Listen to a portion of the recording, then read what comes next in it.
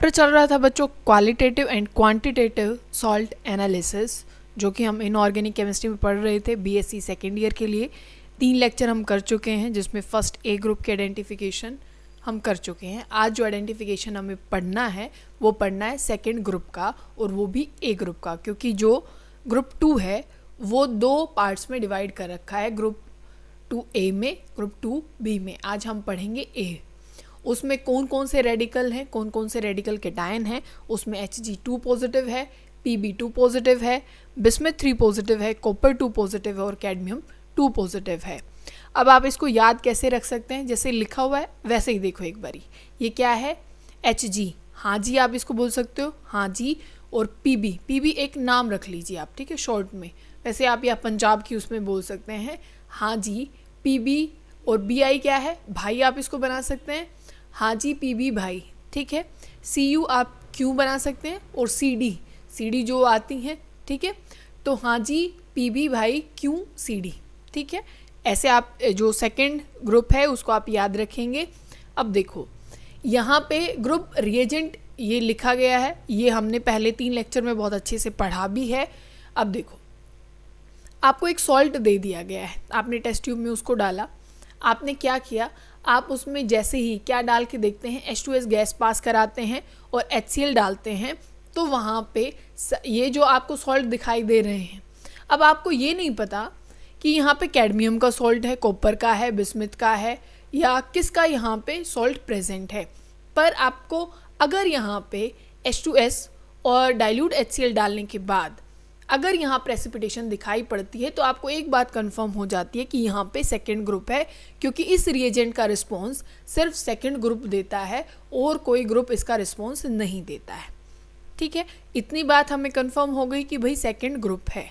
अब देखो अब पॉसिबिलिटी क्या हो गई भाई, हो सकता है क्योंकि आपने क्या किया है, आपके पास Hg2 पॉजिटिव मान लो, आप मान सकते हैं कि हो सकता है भाई सॉल्ट में Hg हो, तो जैसे ही आप Hg2 पॉजिटिव की रिएक्शन H2S और डाइल्यूट HCl के साथ कराते हैं तो उनके सल्फाइड ही तो बनेंगे ना। क्या बनेंगे बच्चों? उनके सल्फाइड।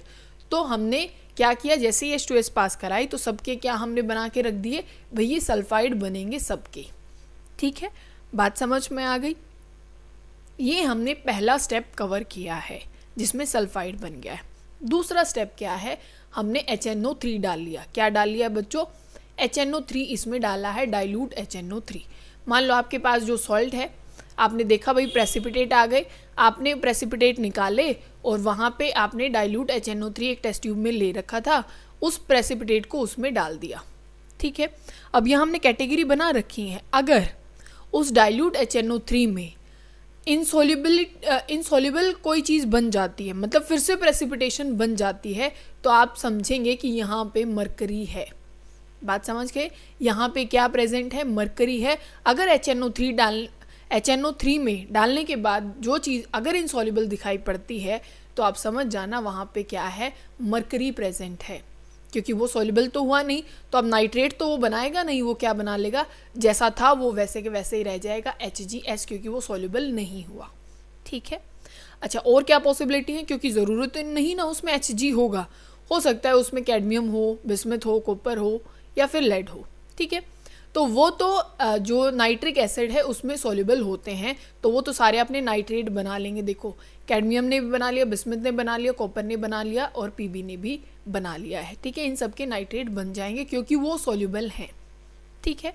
अब देखो जो इनसॉल्युबल है हम उसकी रिएक्शन देखते हैं, भाई Hg है। अब Hg सल्फाइडी फॉर्म में है, उसकी रिएक्शन अब हम करेंगे एक्वारेजिया, क्योंकि हमें कंफर्म करना है कि भाई जो क्या ये इनसॉल्युबल चीज़ आई है, क्या वो Hg ही है, मतलब वो मरकरी ही है या कुछ और है। तो हमने उसमें एक्वारेजिया में उसको डाल दिया, ठीक है। HgS जो आपके पास इनसॉल्युबल पार्ट था, उस प्रेसिपिटेट को हमने किस में डाल दिया, हमने एक्वारेजिया में डाल दिया। तो क्या बन जाता है, HgCl2 वहाँ पे बन जाता है, ठीक है। बात समझ में आ गई? अब फर्दर हमें HgCl2 जो हमारे पास आया उसकी रिएक्शन करनी है। कैसे? हमने करी है उसकी रिएक्शन Ki के साथ। अगर आप उसकी रिएक्शन Ki के साथ करते हो इस कॉम्प्लेक्स की, तो आपके पास बनता है HgI2, जो कि रेड कलर के प्रेसिपिटेट आपको देगा। कैसे? रेड कलर के, आपको पता लग जाएगा भाई HgS है, क्योंकि पेपर में आएगा तो आपको 2-3 तो जो कन्फर्मेटरी टेस्ट है वो आपको पता होने चाहिए, ठीक है। अगर आप ये EX है मतलब एक्सेस NaOH में अगर आप किसको HgCl2 को डालते हो तो HgO बनेगा जो कि येलो कलर के प्रेसिपिटेट आपको देगा, ठीक है। SnCl2 के साथ करते हो तो यहाँ पे ये क्या बन जाएगा, Hg2Cl2 यहाँ पे बन जाएगा। और फिर से अगर आप उसकी एक्सेस SnCl2 के साथ रिएक्शन करोगे तो आपको सिर्फ क्या मिल जाएगा, Hg मिल जाएगा जो कि ग्रे कलर का होता है, जैसे मरकरी होता है वैसे ही आपको मिल जाएगा, ठीक है।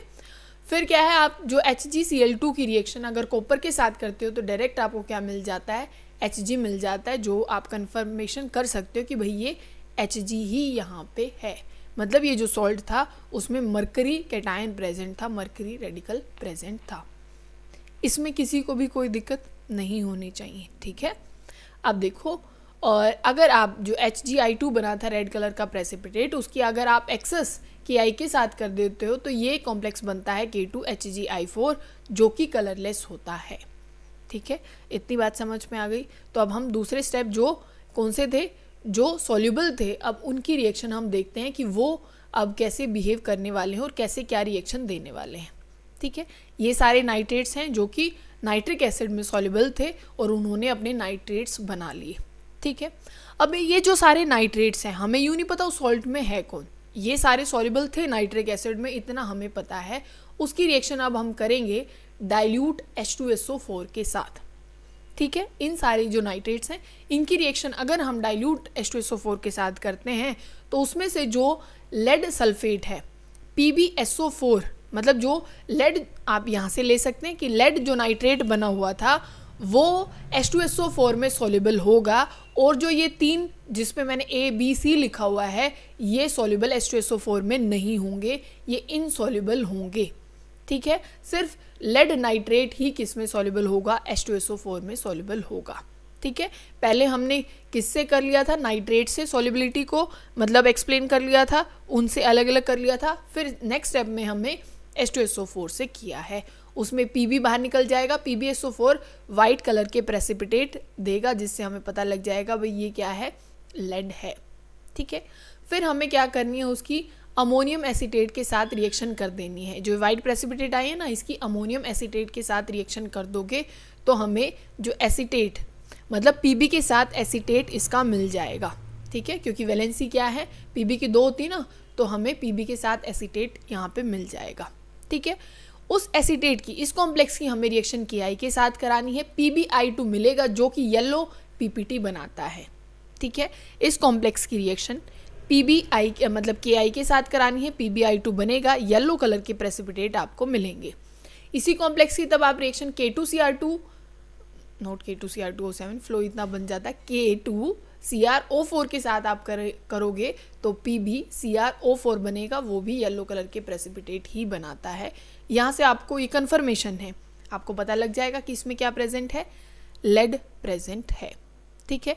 अब वो कौन से थे जो कि सॉल्युबल नहीं है किसमें, H2SO4 में, अब वो वाले देखते हैं, ठीक है। ये थे जो कि डाइल्यूट H2SO4 में सॉल्युबल नहीं थे, वो कैडमियम नाइट्रेट था, बिस्मथ नाइट्रेट था और कॉपर नाइट्रेट था, ठीक है।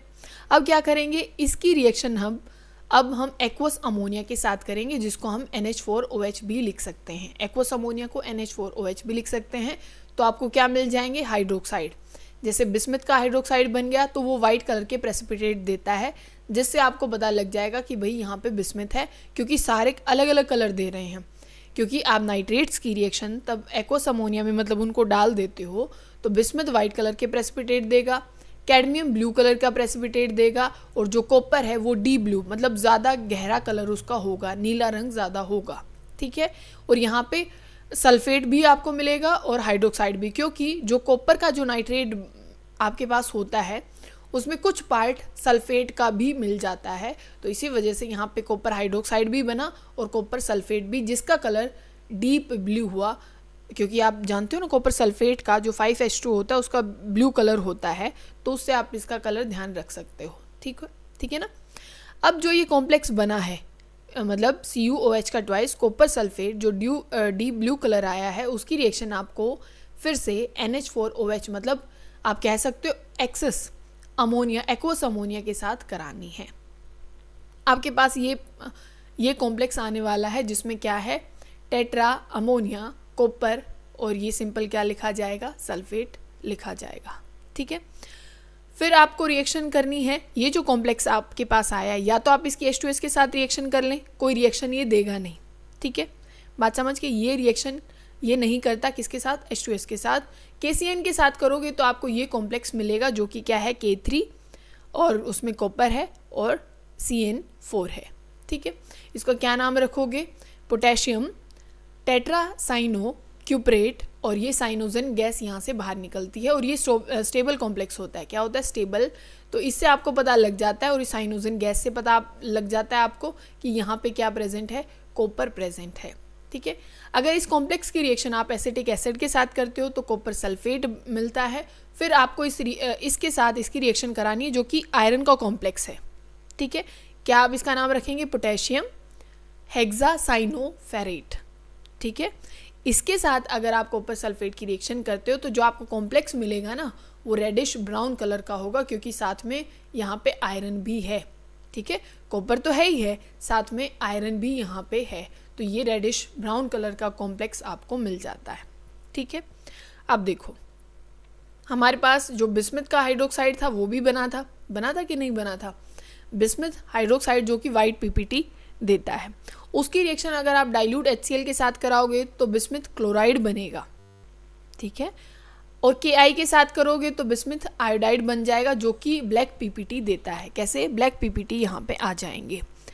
और अगर जो बिस्मथ क्लोराइड आपके पास मिल गया है आपको, बिस्मथ क्लोराइड, उसकी रिएक्शन अगर आप किसके साथ करते हो, H2SO4 के साथ करते हो तो आपको HCl मिलती है। ठीक है, अब देखो कॉम्प्लेक्स तो क्या बनेगा, बिस्मथ सल्फेट, पर उससे हमें पता नहीं लगेगा कि भाई इसमें है क्या चीज़, पर तब ये रिएक्शन होती है तो साथ में H बच गया और ये Cl बच गया, तो यहाँ HCl जो कि पंजेंट स्मेल देती है, जिसकी स्मेल से हम पता लगाते हैं कि हाँ भाई यहाँ से कोई गैस बाहर निकली है, और जो कॉम्प्लेक्स रहा होगा वो बिस्मथ रहा होगा। फिर हमें क्या करना है, टिन का जो सोडियम टिन का ऑक्साइड है और NaOH के साथ रहेगा, तो वहाँ आपको बिस्मथ मिल जाता है जो कि ब्लैक PPT देता है। ठीक है, ये किसके साथ किया गया, बिस्मथ क्लोराइड के साथ, जिसमें ये कॉम्प्लेक्स आपके पास है NaOH, तो आपको बिस्मथ के ब्लैक PPT देखने को मिल जाएंगे।